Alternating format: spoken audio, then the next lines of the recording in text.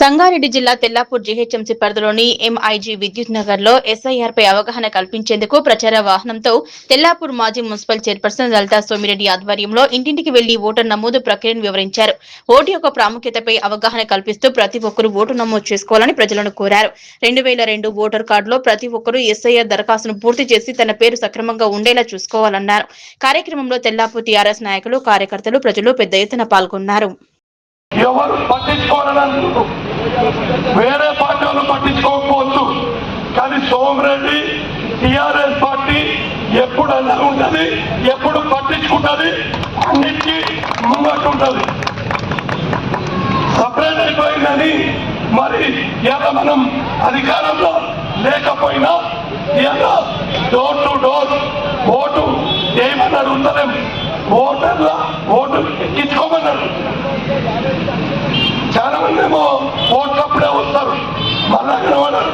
కాబట్టి మీరందరూ ఈరోజు తిరిగిన వారందరికీ శిరస్సు వంచి పాదాభివందనం చేస్తూ రేపు కూడా ఇలానే సక్సెస్ చేయాలని కోర్టు మరి ఇప్పుడు ఫోన్లు చేయాలి. దేవన్న మెసేజ్ పెట్టాడు, మెసేజ్ ఆధారంగా అందరు రావాలి, టీషర్ట్ వేసుకోవాలి, కండువాలు వేసుకోవాలి, అందరు కూడా అక్కడ రావాలి.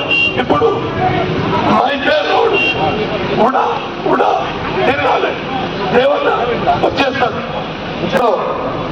ఇక్కడికే ప్రోగ్రామ్ అయిపోయిందని, ప్రచార కార్యక్రమం అయిపోయింది అనుకోకండి. ఎందుకంటే దయచేసి ఇంకొంచెం ఉంది, తెల్లాపూర్లో ఏదైతే ఆదిత్య ఉందో ఆదిత్యకు ముందు సైడ్ ఉన్నటువంటి ఊడా కాలనీలో కొద్ది ఉంది. ఒక మైపేర్ రోడ్ ఒకటి అయితే అయిపోతుంది. కనీసం ఒక 2 కిలోమీటర్లు లేదా 3 కిలోమీటర్లు ఎక్కువ ఏం లేదు. దయచేసి మీరు కష్టం అనకుండా ఇక్కడికైతే ఎంతమంది అయితే వచ్చారో వీళ్ళందరూ కూడా అక్కడికి కూడా వస్తే అక్కడ కూడా అందరికీ సంఘీభావం తెలియజేసినట్టు అవుతుంది.